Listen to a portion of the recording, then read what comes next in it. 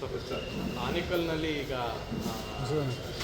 ಒಂದು ಕ್ರಿಕೆಟ್ ಗ್ರೌಂಡನ್ನು ಇವತ್ತು CM ಪರಿಸರ ಸೂಕ್ಷ್ಮ ವಲಯ ಸರ್ ಅದು ಪ್ರದೇಶ. ಅಲ್ಲಿ ಸಾವಿರಾರು ಎಕರೆ ರೈತರ ಭೂಮಿಯಲ್ಲಿ ಮತ್ತೊಂದು ಸ್ಟೇಡಿಯಂ ಕಟ್ಟೋದಕ್ಕೆ ಮುಂದಾಗ್ತಿದ್ದಾರೆ. ಇವತ್ತು ಸಮಾವೇಶ ಇದೆ.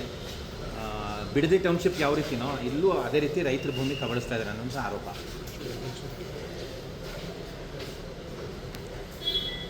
ಸಿದ್ದರಾಮಯ್ಯನವ್ರಿಗಾಗಲಿ ಕಾಂಗ್ರೆಸ್ನವ್ರಿಗಾಗಲಿ ರೈತರ ವಿಚಾರದಲ್ಲಿ ಯಾಕಷ್ಟೊಂದು ಅಸಡ್ಡೆ ಅಥವಾ ಕೋಪ ನಮಗೆ ಅರ್ಥ ಆಗ್ತಾ ಇಲ್ಲ.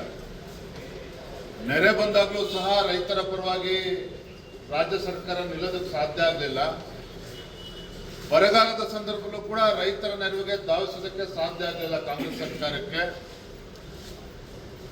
ಭೀಕರ ನೆರೆ ಇದ್ದಾಗಲೂ ಕೂಡ ಉಸ್ತುವಾರಿ ಸಚಿವರಾಗಲಿ ಶಾಸಕರಾಗಲಿ ಆ ಕ್ಷೇತ್ರಗಳಿಗೆ ಭೇಟಿನ ಕೊಡೋದಕ್ಕಾಗಲಿಲ್ಲ. ಈಗ ಬೆಂಗಳೂರಿನಲ್ಲಿ